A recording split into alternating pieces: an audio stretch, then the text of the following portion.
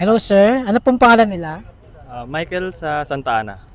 Sir Mike, sa panahon ngayon ng social media at talamak ang pagkalat ng mga fake news sa iba't ibang social media platforms, sa inyo pong palagay, kailangan na ba na bumuo ng regulatory body para sa pagsukpo ng fake news sa mga social media? Pabor ako, gusto ko kung ako yung masusunod, magkaroon ng isang regulatory board.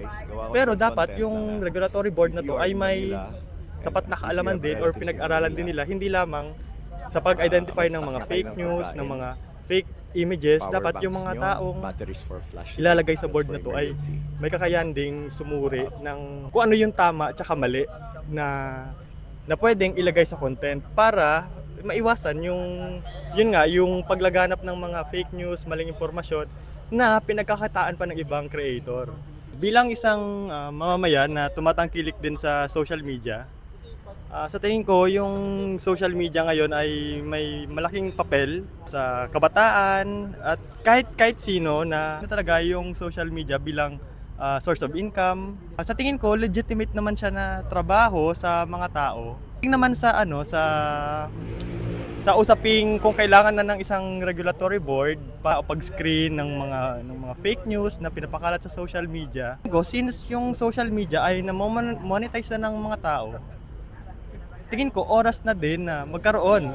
Kagaya sa ating sa marketing, sa ads and yung mga pinapalabas sa TV, sa radyo, meron kasing censorship yung mga yan eh.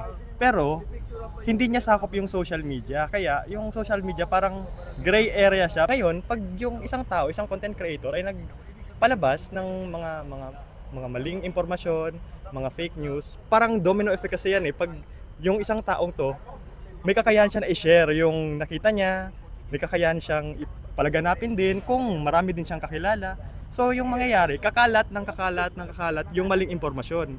Yung mga tao mahati, malilito, maguguluhan, yung iba mag-aaway-away, parang hindi siya maganda sa imahe ng social media na kung pwede naman maglabas siya ng katotohanan, maglabas siya ng mapagkukunan ng aral, mapagkukunan ng kaalaman na tama at na walang nililinlang sa kanilang mga content. So